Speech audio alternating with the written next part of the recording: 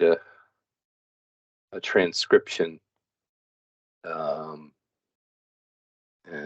Yes, I'm supposed to, Teams notifies me I'm supposed to let everyone know they're being recorded and transcribed. And I believe you get a little pop-up that explains the same thing. Very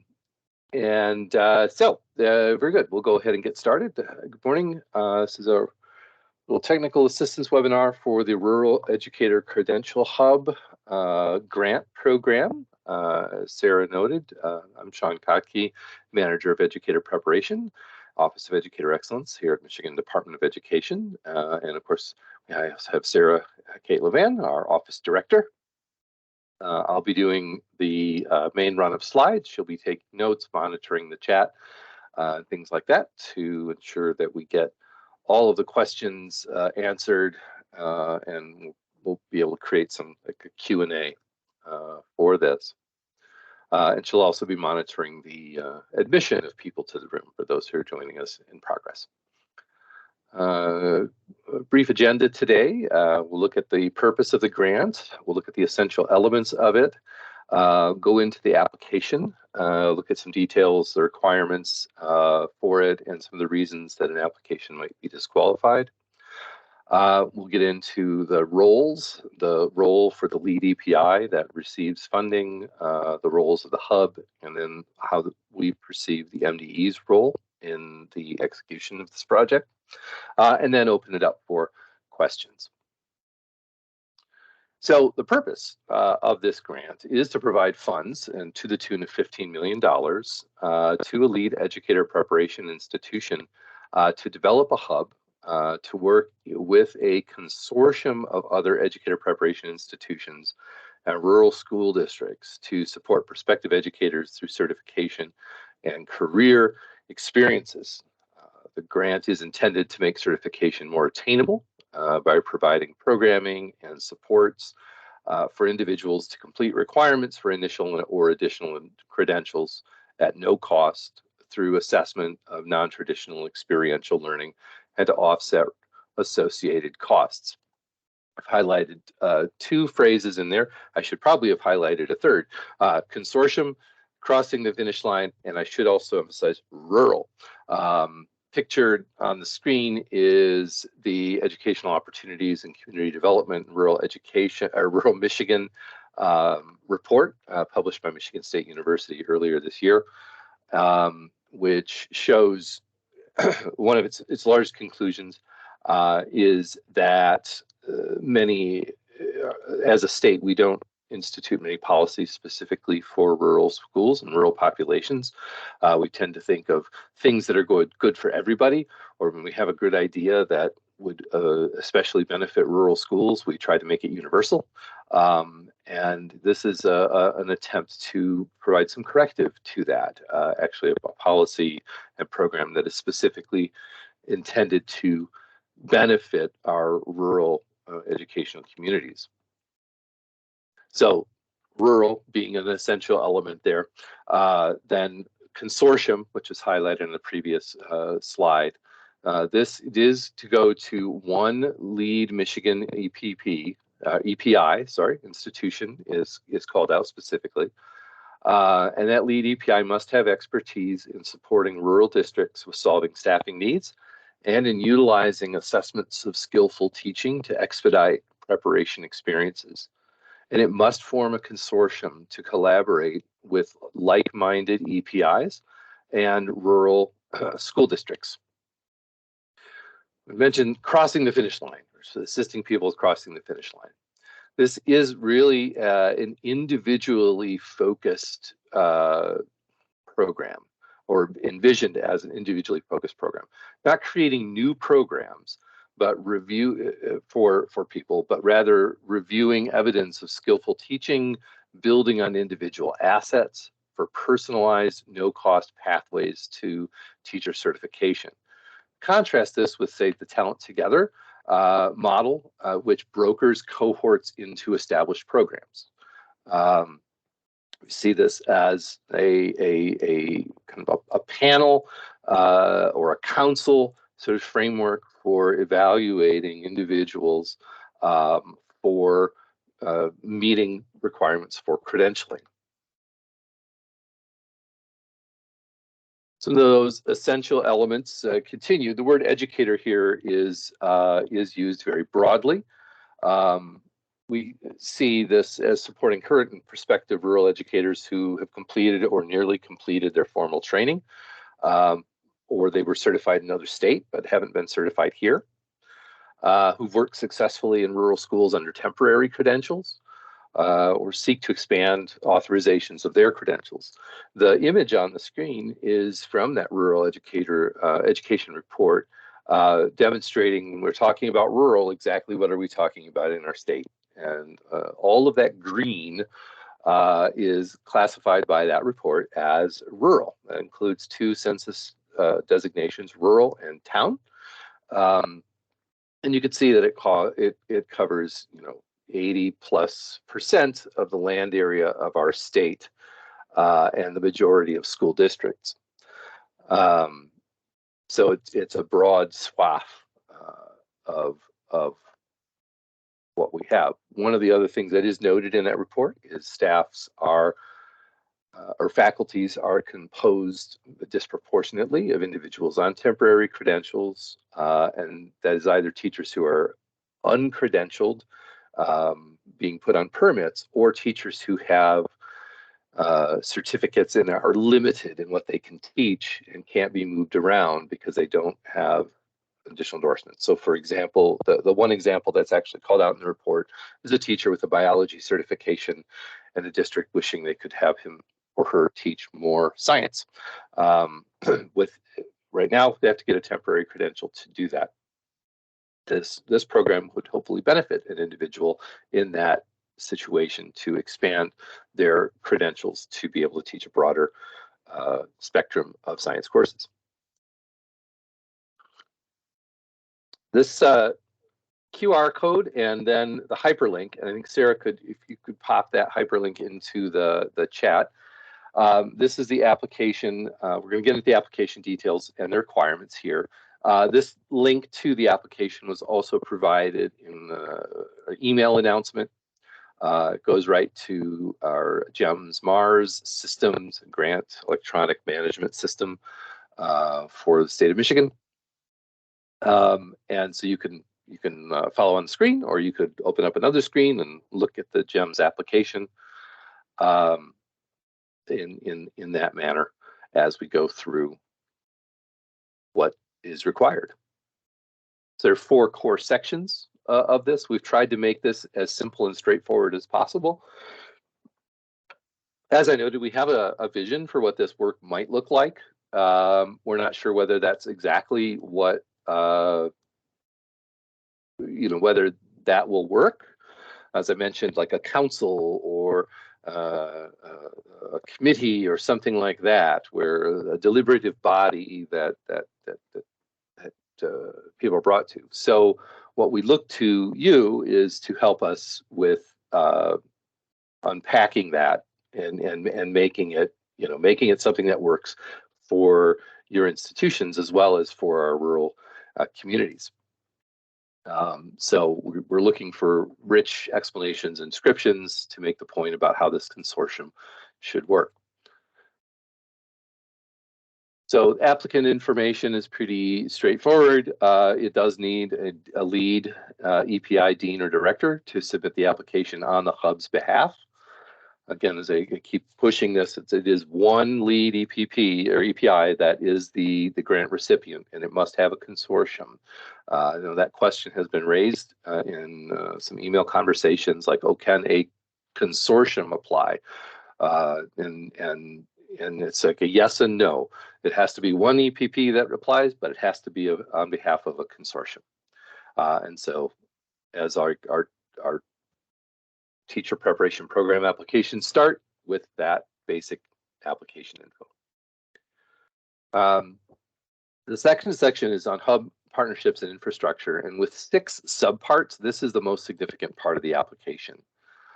In this section, the lead EPI needs to describe the commitment to and capacity for the work, identify partners and the rationale and roles for those partners, the structure and processes that they will implement to support candidates, and how they plan to sustain the work and gauge its success.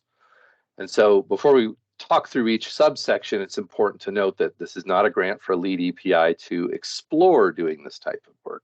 The EPI must have some expertise already and experience in this that would be supported and scaled up through the funding that this provides. One of the things we have heard from speaking with innovative program leaders is they're doing a lot of these assessments of skillful teaching and non-traditional experiential learning, but really need the funding, the capacity to be able to scale that instead of exhausting the institution's resources in a series of one-off evaluations. And so this is intended to scale up that work and share the load, and bring to the attention of our educator preparation community the kinds of innovations that are possible when innovative minds come together to create such pathways. So the first prompt is describing that commitment and capacity for the work. And note it is, we're talking about fiscal year here. It says through September 30, 2024. We are requesting what's called a work project, which would allow for the grant to continue well beyond that date. Sarah can, when we get to that point, talk a little bit more. If you've got questions on what a work project entails and how that goes. But we want to see a big budget. So again, there was only one grantee in this case, and it's 15 million. So build a budget around 15 million. How would you take that 15 million and divvy it up when we get to the budget section?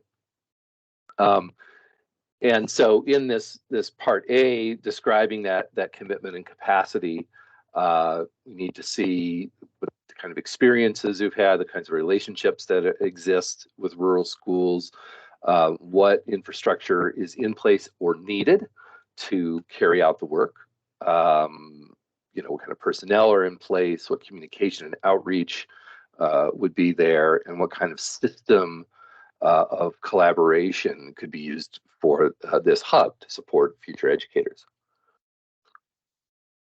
And the second part is really getting into the question about assessment of non-traditional experiential learning.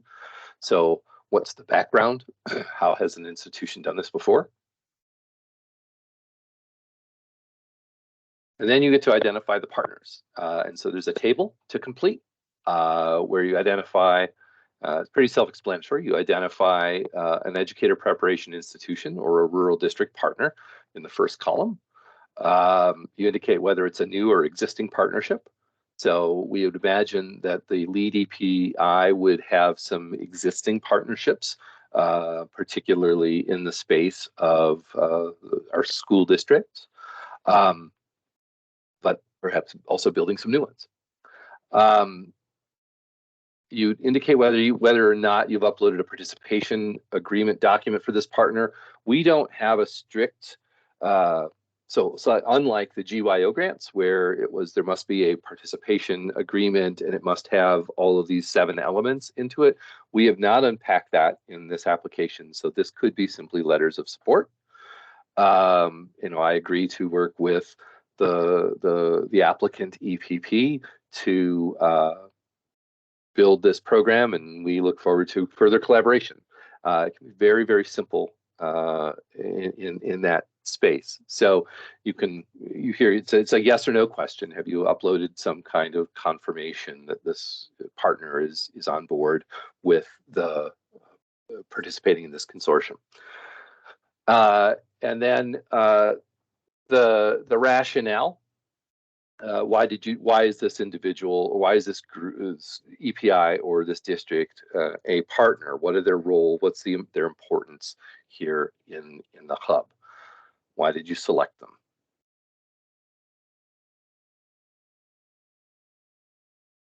Here was in part D, you then describe the structure and the processes the hub would use to support candidates. So here are some unpacking what personnel would be involved, what are the roles of those individuals, the question about communication and outreach. How do we let people know that this is a thing?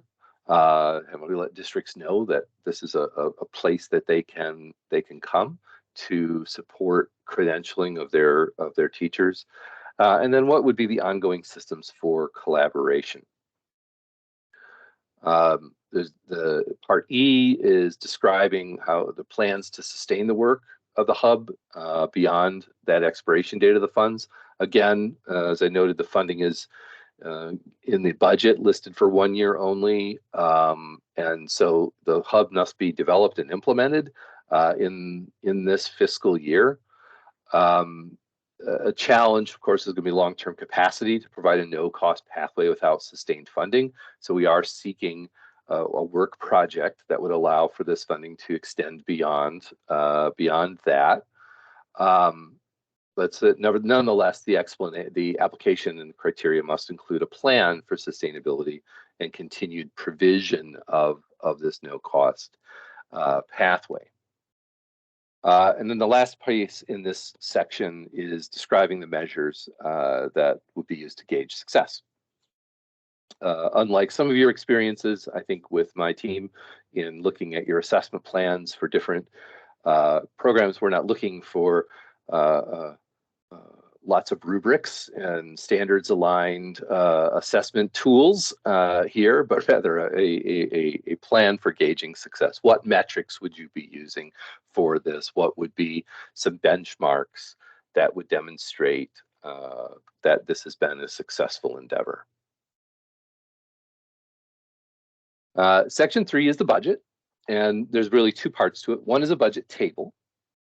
You can see along the y-axis, a set of categories, and then across the x-axis, some breakdowns of those. So for example, assessment of skills and knowledge, that can be expenses that may include salary. So if you're salary for personnel to do that kind of assessment, it may be some materials are needed. It may be some funding that would go toward preparation experiences that support that assessment of skills and knowledge. The language in the legislation around allowable costs they say include but are not limited to. That's some key phrases. Include but not limited to costs related to transcript review, assessments of skills and knowledge, mentoring, licensure test fees, reasonable course fees, preparation experiences, with the goal of supporting candidates with completing certification requirements at no cost to the candidate. And so we've unpacked on the first row those categories as laid out in legislation, but we've left a space for other because it is including but not limited to. Anything that would go into other does have to demonstrate that it's pointing toward this goal and supports this goal. So if, for example, the hub decided, as your consortium decided you needed a building in Cadillac to be able to support this, you'd put that infrastructure cost in there, and then in the next section you'd explain what you mean and why this is important. So application is not complete if the budget table until the budget table and these budget explanations are described. And so in this section, it's essential that this budget be described. There are 3 items laid out here on this screen, and you can see the examples that are provided. Again, Sarah and I wrote this, so we're happy to unpack any of the language there or consider other things. But we've given some examples under assessment of knowledge and skills. Paying for subject matter tests, so subject matter tests, not MTTCs, but you need somebody to go take another assessment, say, of their science knowledge that is not the MTTC, to help see, yes, they've mastered science knowledge beyond what they have. EdTPA might be something that you utilize. Other performance assessments, paying faculty for portfolio transcript review. If you need professional learning for faculty and staff to be able to do this, support observations. That's certainly things that we imagine would go into this area. Preparation experiences, pretty straightforward, tuition and fees, but not necessarily. So site-based coursework, as opposed to, say, coming to your campus to work. What kind of clinical and coursework or immersion or virtual experiences might be utilized to bolster somebody's readiness to teach. Mentoring and coaching, of course, money to stipends for mentors to observe, provide some feedback, coach candidates, professional learning for mentors and coaches. One question that came in earlier is, can you sort of leverage other funds for these things?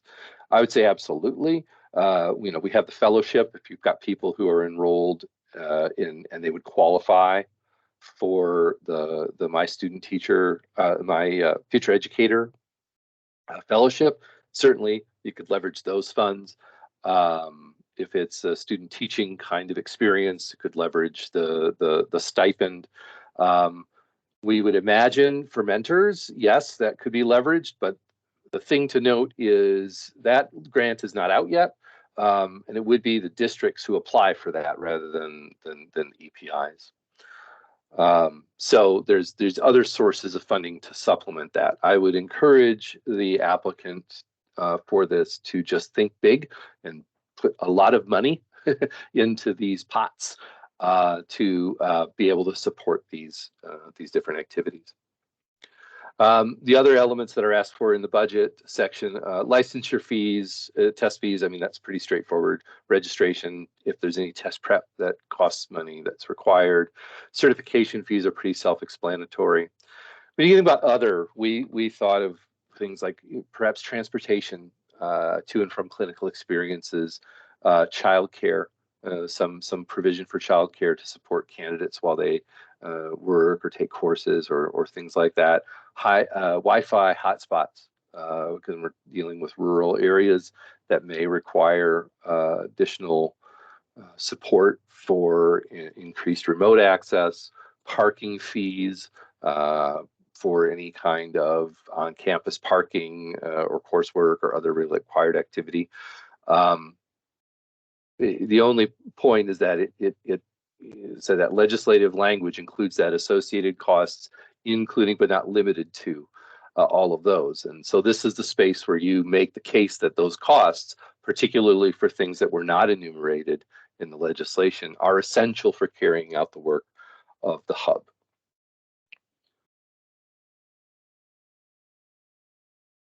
The last section of the application is a set of assurances. It's simple checkboxes, but that the lead EPI will be the entity responsible for communicating with MDE and recommending candidates at the end. The lead EPI will submit a end of year final expenditure and program impact report. This would become an annual report as we as we ask for work projecting. We would anticipate finding out well, actually, Sarah, I can address this, when we might find out about work project, whether that gets picked up or not. But we need a kind of a final report on impact. And that the hub would then support all candidates with completing preparation program and certification requirements at no cost to the candidate. So I think big, think generous with some of these things. And that so there's enough money to support there'd be unanticipated costs that may come into play. So Applications can be disqualified for any of these reasons. So one, the applicant's not a dean or director of an approved Michigan EPI. Looking at the participant list today, it looks like we have all approved Michigan EPIs represented. Or sorry, everyone who is here is representing an approved Michigan EPI. So we don't have any AI bots crashing the meeting who might be representing out of state or extraterrestrial entities. That if there's no collaboration, right, no collaboration with an approved EPI or rural school districts, that could be a disqualification. If the application is incomplete, missing key things, particularly those budget explanations, as we mentioned there, or that it requests funding for expenses not enumerated in that portion of law that authorizes this. So while I would, certainly happily fast track an application that said $1 million finder's fee to those in MDE who came up with this great idea, is not enumerated in law. So there you go. So let's look at the lead API and hub roles a little bit. So the lead API, self-explanatory, right? They should lead. So that includes ensuring candidates are supported with personalized programming, that they ensure the hub has appropriate structures and resources to carry out this work, they identify and support district needs, and collect data appropriately to gauge success of the program. So we expect the lead API to take on those roles. We should engage in outreach and communication with potential candidates and potential districts. We would imagine that, so the lead API has to have these established relationships and this legacy of working well with rural districts. So we would expect the lead API to pivot on that and be able to know and have those open relationships with rural districts that identify where there are staffing needs and where there are individuals who need support in moving through programs and getting certified. Communicating regularly with us here at MDE, and completing programming and financial reporting. And then we'd expect sharing of successes and lessons learned.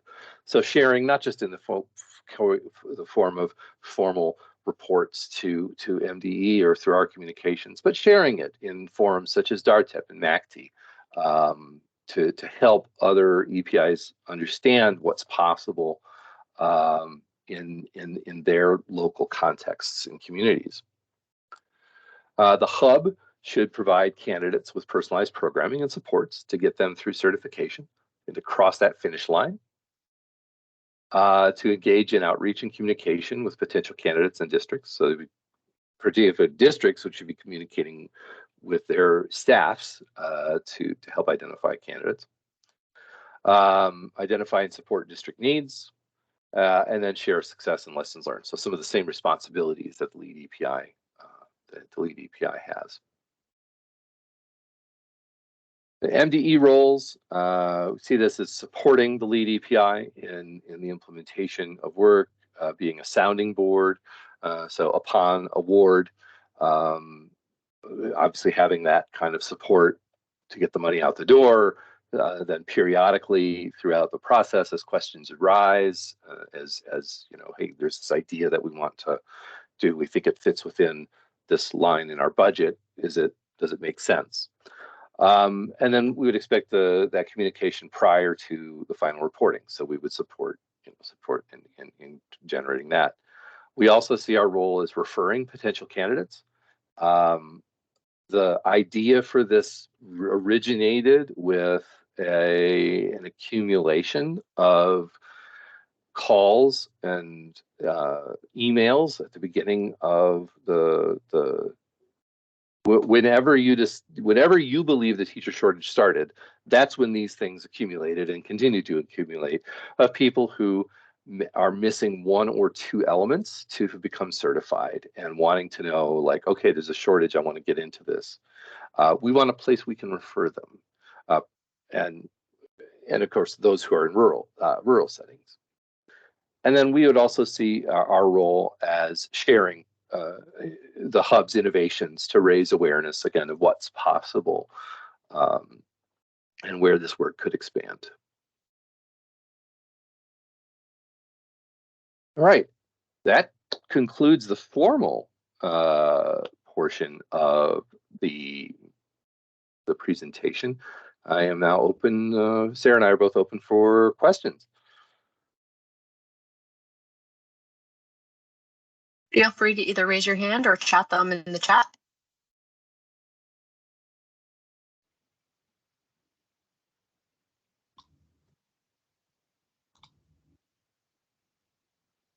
Okay, Joe has a question first, followed by Catherine, and then someone else is chatting right now.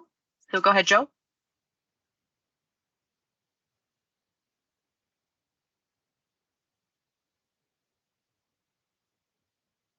I think Joe is muted somehow, so I can see him speaking.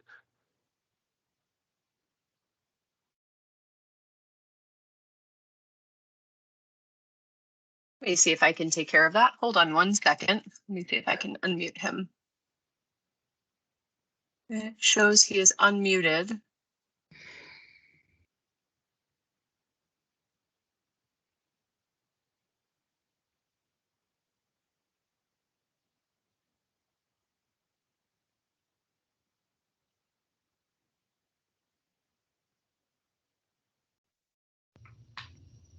Is that better? There you go. Yes. Thanks. I always forget to switch over when I'm using different devices. Okay, thanks for your patience. Sean, you mentioned about the exams, the licensure exam, right? I mean, that's the, everything else gets done, that's the ticket in. So, yes. Yeah, right. So, did I hear you correct that we really can't use the MTTC exam as a planning document? You We'd could. have to. No, yeah, you could. So does that put, if I'm partnering with an EPI who is the lead, does that, those scores would go to that EPI? Does that put them at risk if we have 30 people take the integrated science secondary exam and are using it to plan? Does that put that institution at risk? Great question. You can use your eligibility flag to hold yourself harmless from those candidates, from those scores. So this is somebody that we are screening. They may be at 90% or more of what they need to be done, but we're not sure. So we'll mark them as ineligible. The score is still good for certification, and you'll still be able to see results of it when they credit that lead EPI as their preparation piece. But this is a space where you can really strategically use that flag for that. And then you would not be penalized in an EPI performance score, or because we only publicly report those eligible test takers. So okay, so Xavier University is leading all this. They wouldn't benefit from the 24 that passed if we don't claim them, because we have to claim or not claim them before they take the exam, before we get the score, right? Right. So they wouldn't benefit, but they wouldn't be punished either, as far Correct. as, yeah, well, the this is right. benefits. Okay. Yeah. You would also not get the credit for the pass. Got it. And then the second one I had really quick, and then we'll do turn taking, is partnering with rural school districts and rural community and tribal colleges. Is, so just want to check that this proposal doesn't exclude us from saying, let's use a CTE pathway, middle college to a tribal or community college and then maybe do a calendar year on a physical campus and then go out and do an internship. It doesn't, this proposal doesn't preclude us from putting that forward. It's not like we don't have to come up with alternative routes or alternative assessments and everything for everybody. It's just, we're trying to be strategic and look at those who haven't completed, those who are changing careers, those who have some college credit, and those brand new. So it's kind of the whole mix, right? Yes. Yes. Okay. Yeah, you wouldn't be excluded from being able to build that. Thanks. I think my question is probably very similar to Joe's. I was thinking as well about those sort of different type of alternative pathways. And I think part of the reason we do that is sort of to decrease, we want this to be able to go on, right? To extend it, to lower the cost, and being able to use those CTE classes, right? And leverage our community college partners. So I was just thinking if we would directly write in those community, because we have a partnership, right, with some community colleges, and it helps to sort of increase the longevity of this because it decreases the cost for those who may have further to go on these pathways. Can we, so it sounds like we can include those and count them as part of the consortium. Is that correct? Yeah, I was just thinking about this because it calls out educator preparation institutions and rural school districts, but it's not an exclusionary clause like only with these. So if you have excluded other EPIs or excluded rural school districts and it's just one lead EPI and some community colleges, that would be a disqualification. But adding community colleges as partners to that portfolio of other partners would be good. I think you'll get like a drop down. No, I don't. Look, I'm trying to think if you get a drop down where you have to choose whether it's an EPI or a district. Well, it says EPI or rural district. You just identify who it is in that. So there's not a drop down where you have to like say it's an EPI, but it's really not an EPI. So yeah, you've got that flexibility. Thank you. Okay. And our community college partners would love to, I'm sure, hear about such a thing. So sorry, Sarah, you started to. Oh, no, it's okay. We have one question in the chat. It says, one question with the budget. It would seem that we would need to have all the candidates identified and their specific needs for certification planned for in the initial budget. Is this correct? And then you guys can read the rest. There are some other questions in here. I think the second part to Troy's question is right. You know, can we ask the amount of funds we anticipate we might need for the projected number of candidates that we would have participate? I think that you should be looking at projections here for this. You may have a sense of an exact number of, say, the number of teachers that are on temporary credentials in the Cadillac School District who would need support, but I really, yes, encourage this anticipated needs based on your sampling of rural school districts in planning for that.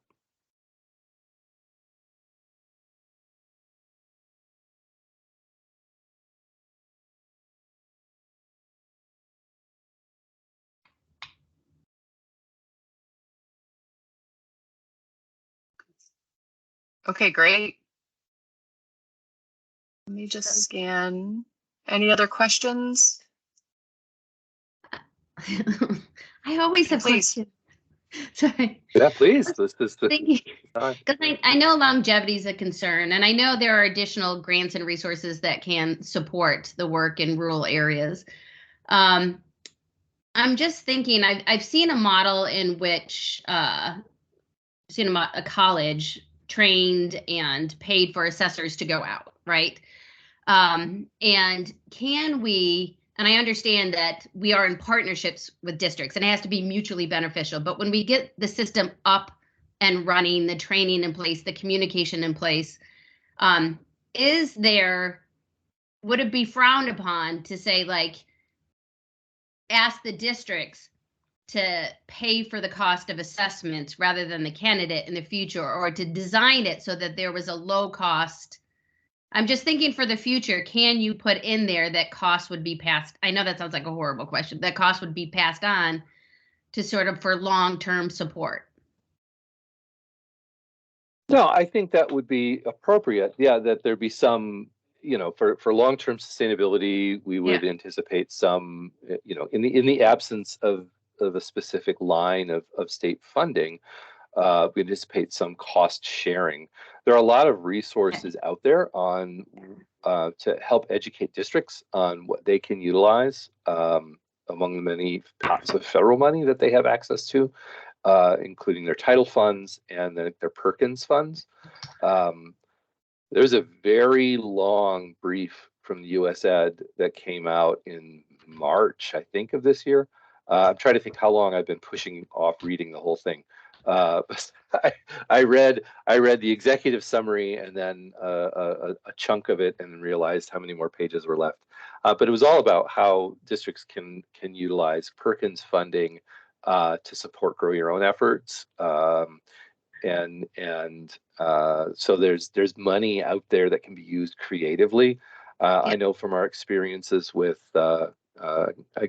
East Point schools, for example, they found ways to utilize their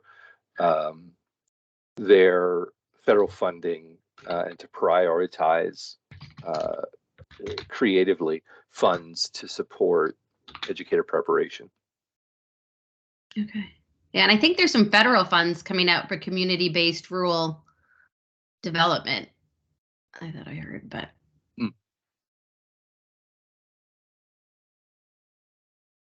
Thanks. Mm-hmm.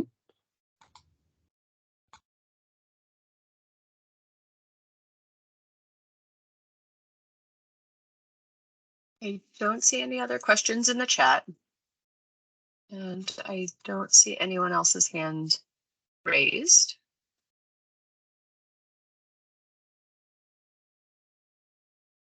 Joe's raising his hand. So just one more, just want to check the money again. So $15 million, there's a consortium with a lead EPI. Yeah. That 15 million needs to be a plan that encumbers the 15 million over X number of years, or needs to be expended by the end of the fiscal year. Right. Sarah, do you want to take that? Because you can talk to the... Yeah. We're actually trying to get clarification exactly on this. And the reason is there are two ways we could go. One is we could obligate all of the money to lead EPI and the consortium by September 30, 2024. So that covers our obligation. That would leave the money in the hub's hands, primarily the lead EPI.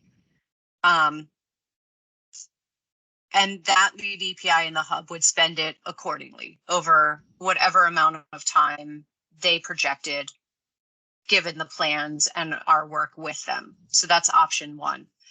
Option two is we at MDE seek a work project, which extends the life of the grant for a number of years, which would be up to 5 years, I believe, so that we could then obligate the money to you by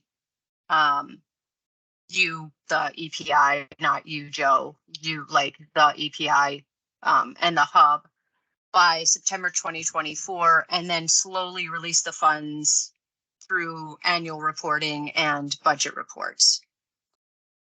So that means there are two options. We're actually waiting for a response from our financial people right now. I'm thinking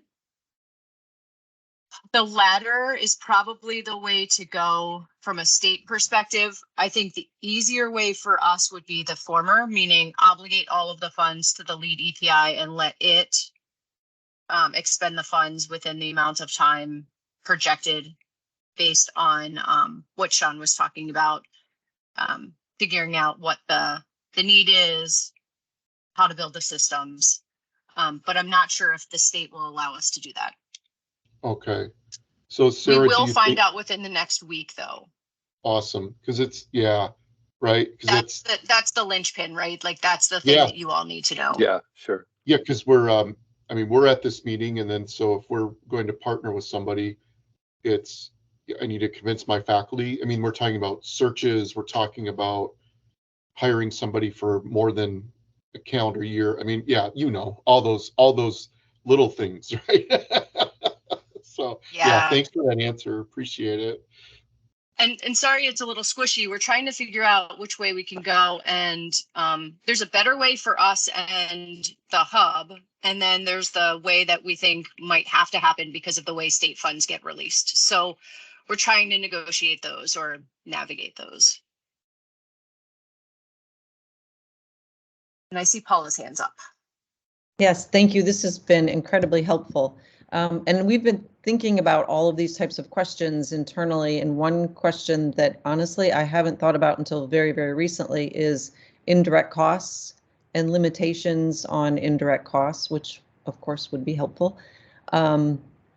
So I wondered about that, and not sure if I missed it in the application or not. You did not miss it in the application. Okay. Sean, do you want me to take this one? Yeah. Okay. You did miss it on this one. We are trying to figure out when we're trying to figure out the funding pieces and the obligation, we're also trying to figure out the indirect costs. We know typically that both higher ed and districts have approved indirect rates. And so we're trying to figure out whether those can be used. And Sure. if they can, whether the hub generates, so this is where it gets tricky, right? You have the lead EPI, and then you have each EPI that signs on, and then each district that signs on. And this could amount to a significant amount of indirect, Right. as you imagine. So let us have about a week to figure this one out as well. Yeah, that would be great. And I think exactly what you said, the options also come into play around then what would be the indirect cost. So that sounds great. Okay, thank you.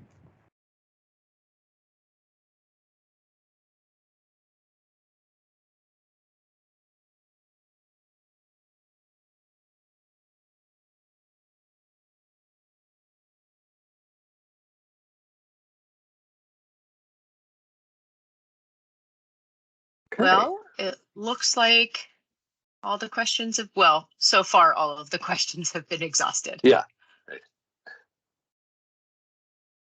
All right, so our plan is to figure out the financial model, figure out indirect costs, talk a little bit more internally.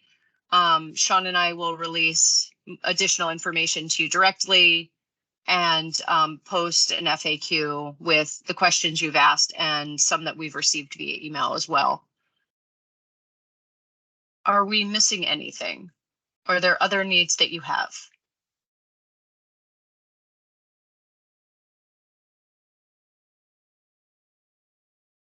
No, thank you again. This was very, very helpful. Thank you all for attending. Okay. Have a great day. Great. Thanks. Thank you Yep. all. Bye. Bye. See you soon. Bye.